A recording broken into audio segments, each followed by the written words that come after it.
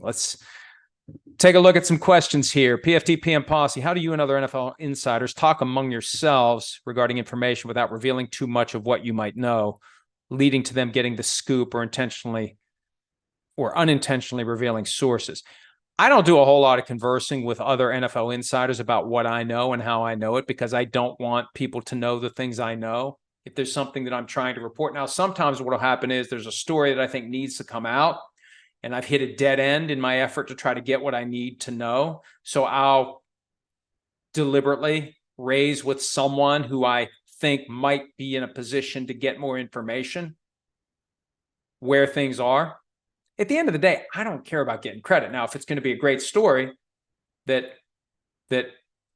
NBC will be happy that we broke, and it is an indicator to the fans out there and those haters especially who think all we do is aggregate. Oh, well, I guess they didn't aggregate that one.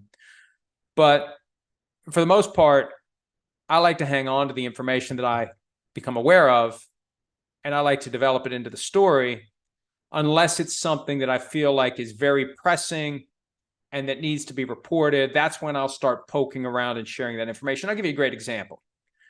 This story that we reported a few weeks ago about someone in the NFL losing $8 million gambling last year.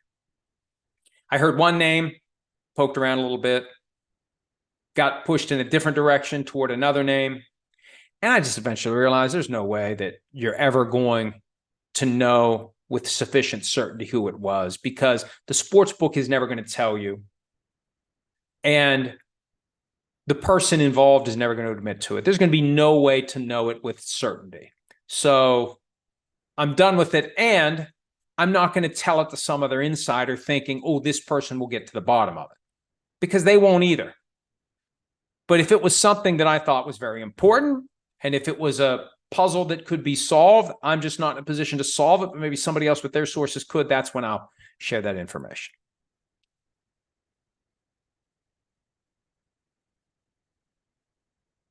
Oh, Macys' Twitter account active again. Pops, what are our plans for the 4th? Are we having a fireworks show? You know I don't like the big booms. You know, Macys already been spending the recent evenings with the fireworks going off down in the gym. That's her safe space, rattled by the noises. I've heard stories of dogs around here locally running away from home with the noises. I don't even know if I'm going to buy fireworks this year. I've said in the past that I've learned as I've gotten to different ages in my life that I've reached my lifetime limit of this certain thing. And one thing I've reached my lifetime limit of is fireworks.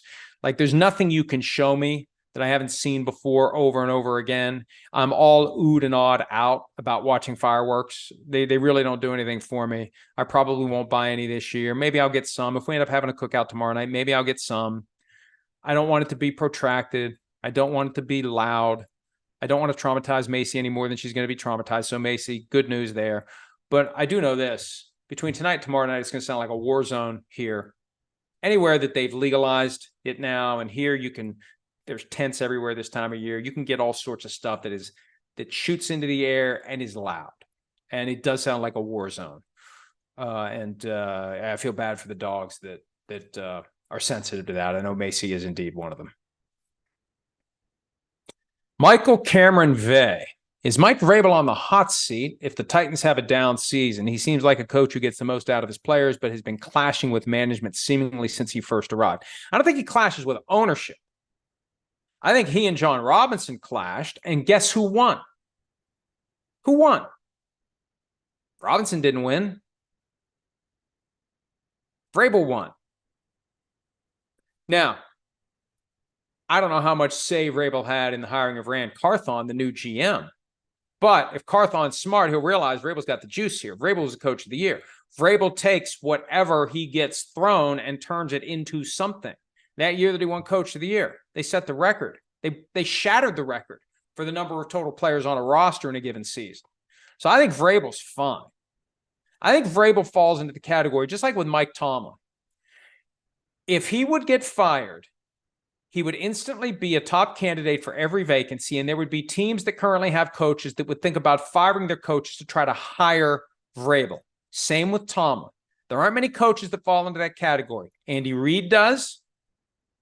And it's ridiculous to even think about it because Andy Reid ain't getting fired. But there's a small group. If they'd get fired right now, it would be land rush to try to hire that guy. Let's try to figure out who's in and who's out of that group. I would say that group consists of the guys who would immediately be hired if available, even by a team that isn't looking for a coach. Tomlin, Vrabel, John Harbaugh, Andy Reid, Kyle Shanahan. Who else? Small group. Now, Sean Payton, but he just got there in Denver. There aren't many more that come to mind. I'm probably missing somebody, and somebody's going to be pissed because I didn't mention them. Nick Sirianni, would Nick Sirianni immediately get another job if he got fired right now? Immediately? Would somebody fire someone to hire Nick Sirianni? That's close. Still early. Still early. Would get another job at some point, and maybe would be an A-list candidate for a vacancy, but not somebody that you're going to have teams thinking, well, we were fine with the guy we had, but now we can get Mike Vrabel or Mike Tomlin or Andy Reid or John Harbaugh or Sean Payton. Payton's right on the cusp because now look, we know what was supposed to happen last year. Because I'm sitting there thinking, well, you know what? He took a year off and nobody hired him, but the Dolphins wanted to. The Dolphins wanted to. So I think Peyton's in the group. I think if Peyton would get fired for some reason right now by the Broncos, there would be somebody else interested to the point where they'd say, well, we need to move on from our guy. So what is that, 5? Vrabel, Tomlin, Reid, Harbaugh, Peyton. Oh, Shanahan, that's 6. I'm probably missing somebody else, like I said. But, I mean, Pete Carroll, if he would get fired right now, I know he's 71, 72, but he'd be another one. Belichick, I don't know. I think the shine's come off a little bit for Belichick. I don't know that there's going to be a guy out there owning a team saying, I have to fire my coach and hire Bill Belichick. Because I don't know that I want that headache. I don't know that I want the gruff, angry Bill Belichick coming in, wanting this, wanting that, wanting this, wanting to change everything, wanting to do things his way, not wanting to be questioned, wants to be left alone. I don't know. I don't know how that goes. Trying to make sure I'm not missing anybody else, but I think I have all of them. Anyway, interesting question that really wasn't the question asked, but it's the question I chose to answer. Sean Alvashar, isn't it odd that ESPN makes major layoffs and ruins people's lives, but also brutally overpays broadcast teams like Buck, Aikman, Romo, and Brady? Well, first of all, Sean, Romo and Brady don't work for ESPN, but Buck and Aikman do. And it's become a star-driven system. Stephen A. Smith making a ton of money. Buck and Aikman making a ton of money. Pat McAfee making a ton of money. Shefty making a ton of money. That's the way it works now. And yeah, look, it's never good to involuntarily lose your job if you wanted to stay. But for some of these folks, they have a contract that's going to be bought out. They're going to receive every penny. Now, look, it's not just enough to say to someone, you're going to get your money, but you're losing your platform. You're losing your voice. You know, if NBC came to me right now and said, hey, you know what? We will pay you everything that you're due to make for the balance of your current contract. For the next 4 years, we're going to pay you every penny. But you just can't do anything. You can't post on your website. You can't do podcasts. You can't do anything. I'd still feel like, I wouldn't feel like I won a lottery. I would feel like I've had my livelihood taken away because the thing that I choose to do, I can't do anymore. So what am I going to do? So even for the folks who got paid, you are losing your platform. You're losing your voice. You're losing your relevance. And you're losing that thing that you very much wanted to do in the first place. All right. Looking for some other questions here. Tommy Caruso, on Friday, you discussed a lack of financial incentive for upper deck seats. Will your thoughts change once in-game betting is rolled out? Will teams try and get a cut of wagers placed in the stadium, or that violates certain legal regulations? Look, I think that the real in-game betting, when it really takes off, is going to be people at home. People wandering around with their phones. People in a position to see what happened with the last play and what wagers they want to place on the next play. And you don't even need to have a feed of the game. You can create an app. And the AAF had something like this, and the technology ended up with BetMGM, where you see on your phone the movement of the players, the digital equivalent of what's happening in the game. And then boom, the play ends and you can make your bet on what's going to happen on the next play. You don't even have to be watching the game. So I don't think that's a major issue. This is about how much revenue is generated by the upper deck and how much cost is associated with having the upper deck. There are owners out there who are considering that business reality and recognizing the profit isn't huge and the profit may not be worth it. And maybe there's a way that it becomes even more profitable. It's more exclusive. You can charge more for the tickets if you have fewer seats available, supply and demand and whatnot. Our good friend Pauline, and she's posed this question via email. I forgot to answer it the other day. Talk us through some of the sports memorabilia behind you. There isn't a whole lot of sports memorabilia. I guess there is. I've got a Larry Fitzgerald jersey that is signed that NBC gave to me as a Christmas present the first year we partnered with NBC.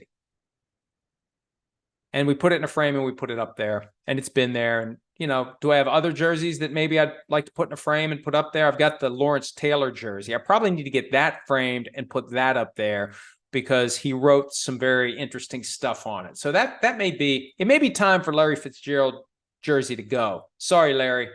I think I need to get that Lawrence Taylor jersey up there in place of Larry Fitzgerald. That needs to be a project over the next 3 weeks of the PFT Live hiatus. I've got Metrodome seats behind me when they tore down the old stadium and they sold the seats. I got a couple from the Vikings. I've got some Sports Illustrated covers framed, a signed Adrian Peterson photo in the middle. And that's something that I purchased personally. And this was years ago. I had a cousin, young cousin, needed a liver transplant. And we got a bunch of people to donate stuff that we auctioned off. And it was great. We raised a bunch of money for him.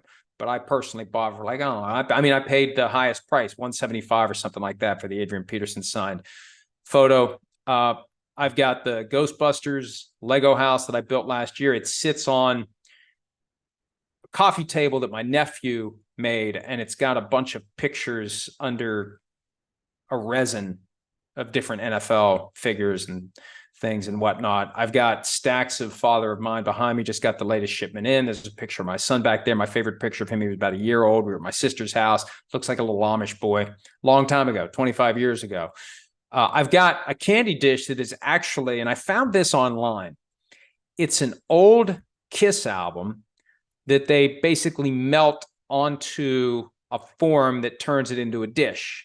So I got Hershey's Kisses, that's the go-to in there, both almond and dark chocolate in that candy dish back there. And I've also got the cover enlarged of the only PFT season preview magazine from 2010. We did it once. It was a pain in the ass. It was a ton of work. It wasn't nearly worth it from a dollars and cents standpoint, but we can say we did it once. I also have, and I'm admitting to a misdemeanor and or a felony here, I've got the Florio Street sign from a street in Oakland. And it really is amazing what happened. Because I probably shouldn't have taken it, but I just happened to be walking by it and it fell off the pole. It just fell off the pole. The damnedest thing. What a coincidence that someone named Florio would be walking by a pole with a sign on it that said Florio Street, and the sign would just fall off the pole. It really is amazing. So how could I not take it? I mean, how could I not, right? That's from 1985. So all statutes of limitations, or statutes, if you prefer that formulation of the word, they've all expired by now, because that's been 38 years ago. I mean, that's a keeper. That's one that like goes to my son and his children. I mean, it's got to get passed down generation to generation. And again, it's 38 years old and it's metal and it looks the same as it did the day that it fell off the pole. The one thing that you may be able to see right about here in a frame, that's a combo platter. And I've posted a picture of this before. It's got two things in it just to kind of show the weird way life goes. It's got my thank you note in cursive to my grandparents for buying me a Vikings coat when I was like 9 or 10 years old. That's the top part. The lower part is the thank you note that Roger Goodell sent me after I visited him in 2010, and we took him something. I can't remember what it was. Some token, some gesture. He sent me a handwritten thank you note. So they're both in there because it just kind of shows how the world has changed. And also, let me turn this a little bit. That's the bookcase back there that we've got just a bunch of different things in. Football cards, old football cards from when I was growing up, the Walter Payton rookie card. The year that I really got into buying as many Topps football cards as I can, and got like a whole box of them, of the packs.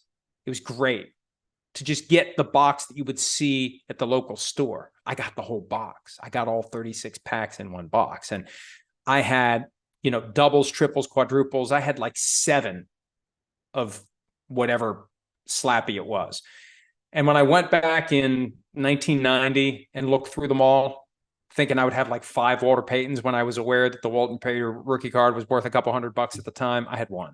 But fortunately, it's in good shape, and it's in a lucite case. But I got a bunch of those old football cards over there laying on the shelves. I've got a great Randy Moss McFarlane figure that is from, and I don't know that this is deliberately and specifically when they picked it, but it's how he looked the day in Green Bay, his last playoff win with the Vikings, his last victory with the Vikings. It was a week before they lost to the Eagles in the divisional round, and then Moss was traded to the Raiders. But he's got the fro, and he's got the white on white, and that's the day he rubbed his butt on the goalpost in what Joe Buck called a disgusting act. But I thought it was awesome then, and I think it's awesome now. So that's pretty much everything. I've got an old Vikings beer stein up there that's got really old ticket stubs in it. I mean, really old ticket stubs. I've got one from 4th of July. I have to tweet this. I did it a few years ago. 4th of July, 1986. A's, Blue Jays. Doubleheader, followed by a fireworks display. And the people who sat in the bleachers got to go out on the outfield grass to actually see the fireworks because they were behind the bleachers. So it was kind of neat. There was a group of 4, 5, 6 of us. We went out onto the grass and watched the fireworks at the Oakland Coliseum, which the A's will eventually be boating. All right, enough of that. Tommy Caruso, not a question, but I love the Legos Ghostbusters house in the background. Huge Lego guy, went to law school, literally 2 blocks from the actual firehouse. The guys there are really nice and love people stopping by. Next time you're in the area, you should go. Yeah, it's actual firehouse in New York, and I think I've been by it. And you can't miss it when you see it, but that is the house that is the Lego Ghostbusters. SF Monk, if the state of New York hadn't ponied up for a new stadium, where would the Bills go? That arises from a comment made last week by the Erie County administrator who said if they hadn't paid for a new stadium in Buffalo, the Bills would have moved. I don't know where they would have gone. London? I don't know. Somewhere that would have either had an NFL-ready stadium or that would have paid for the Bills to have an NFL-ready stadium. But there would have been a plan B. Somewhere, somehow, the Bills would have found another home if Buffalo hadn't come up with the money to build the stadium. Anastasia Williams, is there a surprise team that you'd like to come out of nowhere and make a run in the playoffs, a team that reminds you of the 2021 Bengals? Hadn't really thought of that. I mean, the Bears, possibly.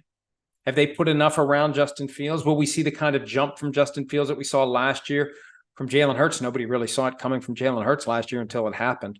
Matthew Berry was all over it. That was his ride or die guy for fantasy. And then Hurts proved he could do it. He could step up. That's one possibility, the Bears, and that division is wide open.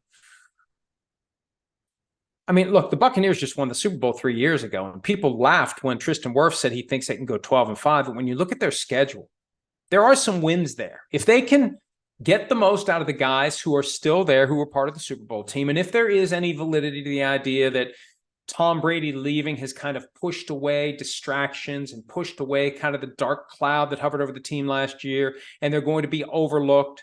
They're no longer going to be a team that everyone uses as a measuring stick.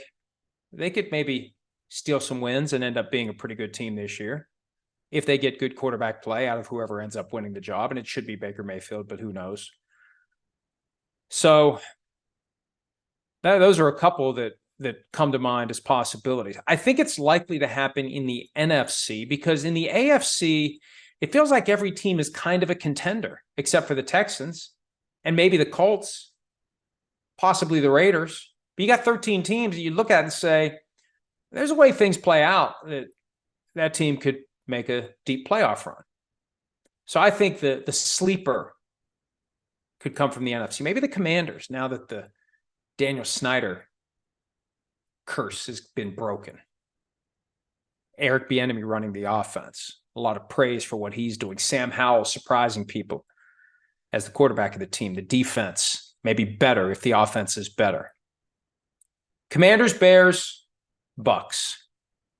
Those are teams that intrigue me for 2023. And look, anybody in the NFC South, because we're not expecting anyone to come out of there and be great. I mean, the Falcons, if Desmond Ridder does what they think he can do, plenty of weapons around him.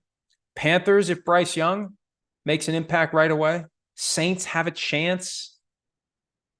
Although I'm not as high on the Saints as some others, just because of Derek Carr. I think there's a ceiling to Derek Carr, just like the ceiling to Kirk Cousins. So maybe they'd win the division and maybe win a playoff game. Maybe. He's never won a playoff game. He's only played in one. He missed the other one because he broke his leg right before the playoffs. But how about make the playoffs and go 1-out? That's kind of what you would expect from the New Orleans Saints. Any updates? This is DRS Mitch on the Gruden, Flores, and Farv legal battles. Now, Gruden's got a case against the NFL and Commissioner Roger Goodell. That's pending on appeal on the question of whether or not the league can force it to arbitration. Still chugging along more than a year after it was filed. The Brian Flores case, still chugging along, with the judge being asked to reconsider the decision that sent some of the claims to arbitration and allowed some of them to stay in court. Flores and his two co-plaintiffs have some claims that they're trying to get the judge to change her mind about and put in court. The Farv lawsuit against Shannon Sharp is still moving forward. Sharp filed a motion to dismiss. We're waiting for a final disposition on that. And if it's not dismissed, it goes forward. None of these cases have gone forward yet. It just shows you how slowly the civil justice system moves, because there's preliminary efforts that the defendant can engage in to try to knock out the case or push it to arbitration or do this or do that. And it can be years before you actually get to the meat of the case and begin to figure out what really happened. Who said what to whom and when? Who did this? Who did that? What do the documents show? What do the witnesses say? That's the discovery process. That doesn't happen until you get past all this preliminary maneuvering aimed to either get the case in a more favorable forum or to get the case knocked out altogether. It takes time. It involves appeals. And then eventually, inevitably, barring a settlement, you get to the point where we start to find out what happened. Brock Bollinger, is the NFL rigged? Don't answer this question if the answer is yes. Very well done. And I'll say what I have said many a time. I do not believe the NFL is rigged because I don't think the NFL could pull it off. I don't think they could effectively rig games, and I don't think they could keep it quiet, discreetly. There'd be too many people who would have to be involved. I don't think the NFL cares to rig games, but I don't think they could do it if they even wanted to. It just doesn't work that way. There's too much to lose by doing it, and what do you really gain? People are still tuning in by the millions to watch games of the good teams, tens of millions to watch playoff games, 100 million plus to watch the Super Bowl, regardless of who it is. There's no reason for the NFL to rig games. Last one, and I can't remember the answer to this one. Fishman WVU. Not an NFL question, but when was the last WVU football game you attended? I really don't recall. I can't remember the last time I went. I think there was a year at some point after we started with NBC that we bought season tickets. Oh, that was the game. I can't remember who it was, but we had season tickets one year, like around the 30-yard line, and then they had this new end zone area where we bought season tickets that year. It's probably been 10 years ago. And I think I went to a game then, and that was it. It's been a long time. Oh, wait. I think it was even after. My son and I were on the sideline for that epic game against Baylor. The final score was like 122 to 116. Geno Smith, 2012. That's the most memorable game I was at. But I think I was at one kind of like meaningless early season playing some low-level team. I think I was at one of those games at that point after the epic Baylor, Geno Smith, Stedman Bailey, Tavon Austin game. That would have been 2012. 2012. All right. That's it. We'll be back Wednesday. If there's anything that I didn't get to. Oh, wait. Last one. Thomas Allison. Why do you hate the Cardinals so much? I don't hate the Cardinals. I don't. Why would I hate the Cardinals? The Cardinals are irrelevant. People hate great teams. There's no reason to hate the Cardinals. But I'm not going to look the other way on dysfunction. And fans of a team like the Cardinals should be glad that someone is calling out the dysfunction. If you ignore the dysfunction, what happens? The dysfunction continues. If you call it out, maybe it stops. I'll never understand this mentality by fans who want their team to be better, but resent efforts by people on the outside who aren't fans of the team to try to make it better. To call out when Michael Bidwill is accused of doing things that he shouldn't do. To call out the team for the shameful statement that was released after Terry McDonough filed his claim earlier in the offseason. To try to get to the bottom of what happened with the Jonathan Gannon tampering. This isn't an expression of hatred to a team. I mean, really, if I hated the Cardinals, I'd say, hey, you know what, Cardinals? Thumbs up. Everything you're doing is perfectly fine. Keep doing what you've been doing. You've gotten this NFL thing figured out. You're on the right track. It's just a matter of time before you become the next NFL dynasty. If I hated them, that's what I would say. Trying to make them better. Trying to call out these issues so they stop, so they treat people the right way, so they treat their players the right way. And look at the horrible marks they got from the NFLPA survey that was released right around the scouting combine, late February, early March. You change because of that. You improve when people are calling you out and embarrassing you. So Cardinals fans who want to be pissed at me, I don't care if you're mad, but take a step back and ask yourself, what does more harm or good for our interests to have the best possible team? Somebody pointing out the problems in the hope that they'll be rectified, or somebody saying absolutely nothing so that nothing will ever change? That's it for today. We'll be back on Wednesday, the 5th of July, as we get deeper and deeper into the offseason and closer to the return of PFT Live. We are back on Monday, the 24th of July, 3 weeks from today. It will fly by. I know that because the first 2 weeks have already flown by. Thanks as always for some of your time. And again, we'll see you back here on Wednesday. Hi, it's Mike Florio. Thanks for watching PFT on YouTube. Hit subscribe for the latest news and analysis from Pro Football Talk.